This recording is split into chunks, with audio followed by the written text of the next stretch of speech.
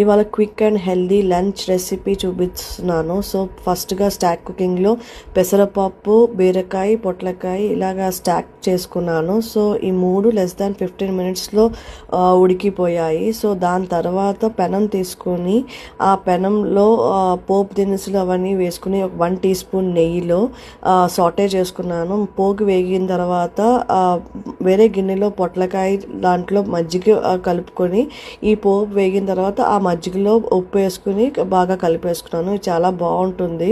And అదే పెనంలో నేను మళ్ళీ వెల్లుల్లిపాయ వేయించిన తర్వాత పోపు అది వేగిన తర్వాత ఉడికిపెట్టుకున్న బీరకాయ వేసుకొని నీరు పోయేంత వరకు సాటే చేసుకున్నాను. ఆ సాటే అయిన తర్వాత పెసరపప్పు వేసి బాగా మిక్స్ అయ్యేంత వరకు కలుపుకున్నాను. సో ఈరోజు వచ్చేసి fibre rich and protein rich recipe ఇది. సో మీరు ట్రై చేస్తే మీకు చాలా ఫిల్లింగ్గా ఉంటుంది and also it will be very yummy also. Try చేసి నాకు చెప్పండి.